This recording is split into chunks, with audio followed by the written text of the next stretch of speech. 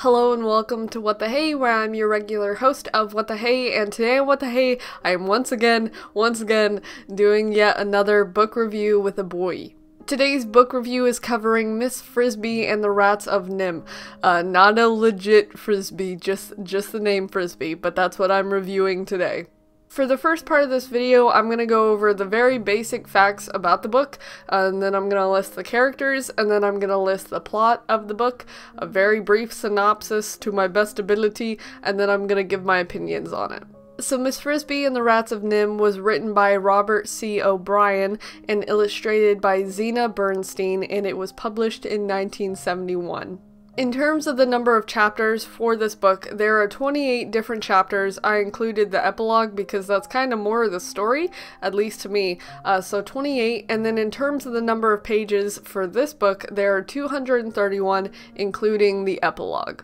This one is apparently like the 50th anniversary edition, so there's apparently more pages in the different types and versions of the book, but that clearly just depends on which version you get. Each chapter goes for about roughly 10 pages. This book is meant for a younger audience, so if you need something that's short but you still want to read, this is pretty good for that. Now for this section of the video, I'm going to go into the characters of the book. The main character of the book would be Miss Frisby, who is a field mouse. She takes care of her children. Her husband died of mysterious circumstances, and she is very curious and brave, throughout the entire book. Another character in the book would be Timothy Frisby, who is one of Miss Frisby's children. Early on in the book, he gets really sick, and that's kind of just like a running theme. And then in terms of personality, he's very smart and curious. And then the other three children of Miss Frisby would be Martin, Teresa, and Cynthia. They're mentioned, but they're not really talked about that much. Another big character would be Mr. Fitzgibbon. He is a farmer. A lot of the characters in the book live on Mr. Fitzgibbon's farmer. He's a family man, and he plans to plow his field, which is one of the big main problems in the book, but I'll talk about that later. Mr. Ages is another character in the book who is a small little mouse. He's a friend of Miss Frisby because Miss Frisby's husband, Jonathan Frisby, was a friend of Mr. Ages. Mr. Ages in general does stuff with medicine and helps Miss Frisby out. Dragon is a character in the book who's not actually a dragon. That's the name of the farmer's cat that a lot of the characters in the book, the smaller characters, the mice and stuff, have to be wary of because he supposedly, goes after them and stuff.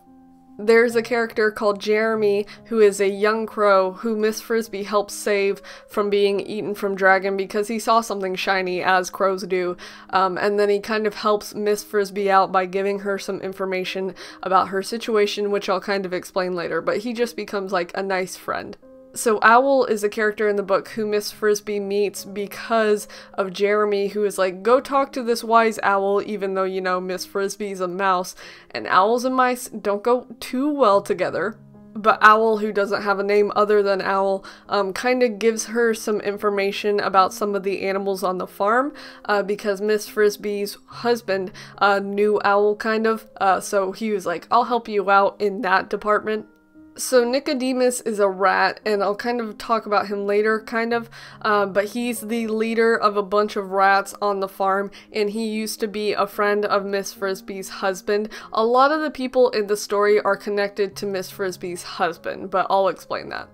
This next character we don't really actually meet. His name is Jenner. He was one of the rats who used to be part of one of the older rat colonies, but he left because of some turmoil about rat life and stuff, which I'll explain, but he was a rat that got fed up with how they were living.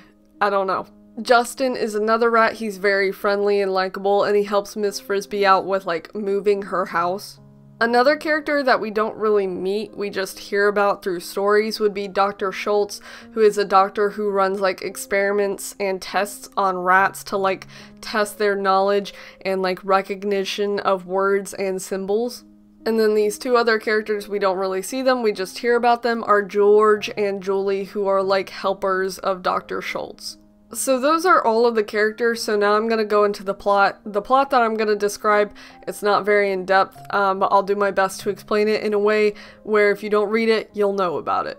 So the first and main plot point of the book is that there's Miss Frisby, who is the mother of 4 little field mice, and one of them, Timothy, comes down with pneumonia.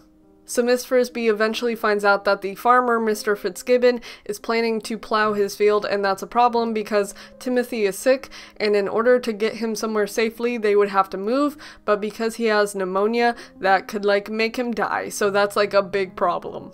So because of this whole complication, Miss Frisby goes to her friend, Mr. Ages, who supplies some medicine, and he's like, you gotta just, like, somehow figure out how to move your house or move Timothy because you're gonna die.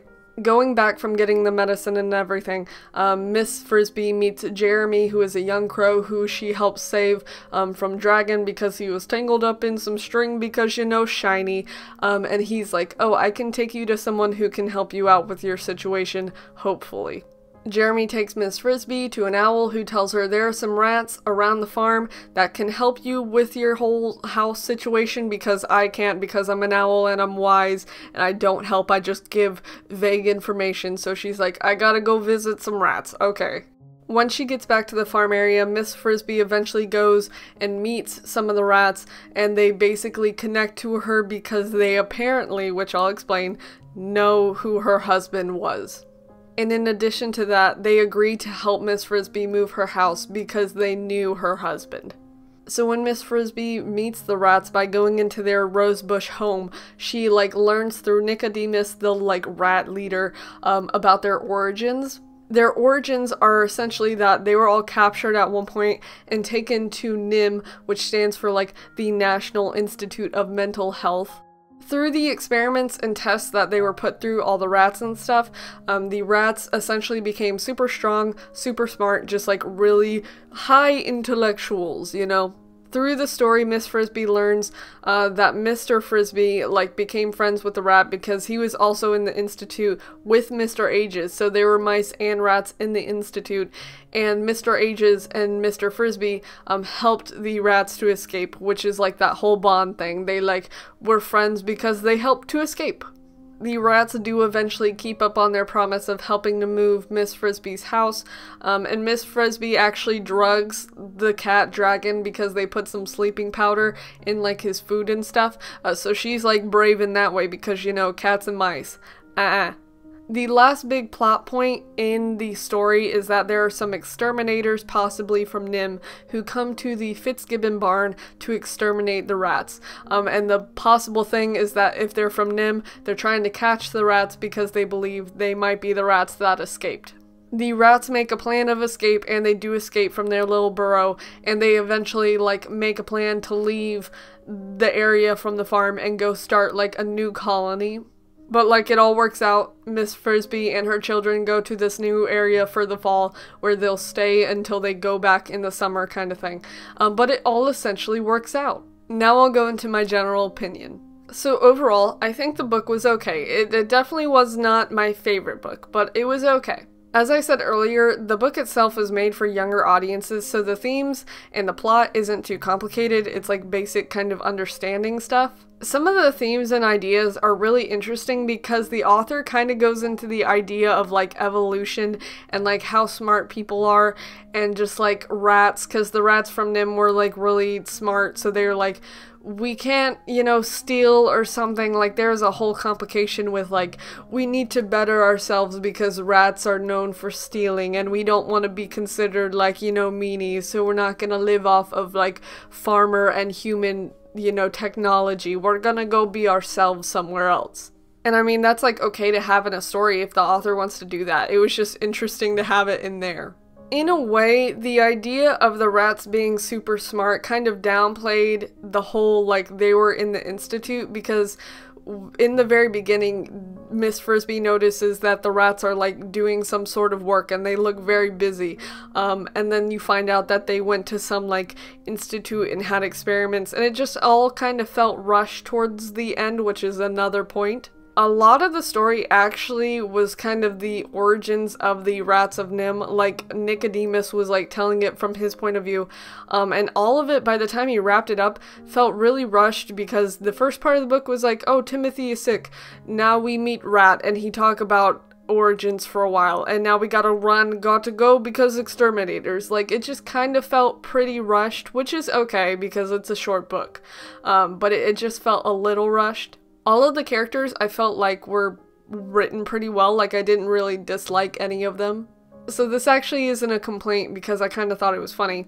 There were occasions where there would be periods in the middle of a sentence and the next word wouldn't be capitalized. Like, I don't know if it's just the way this book was printed or formatted, but some of that did happen.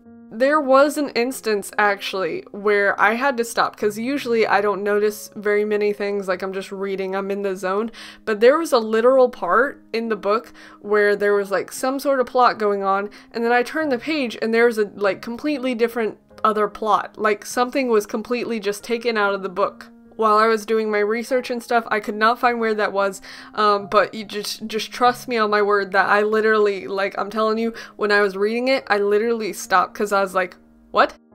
Whatever section is missing from that book probably wouldn't have helped. I mean, the plot was easy to understand, but it was literally, when I read that, it took me out of it because I was like, there's something missing. Like, I flipped between the pages multiple times trying to see if I was just not reading it correctly.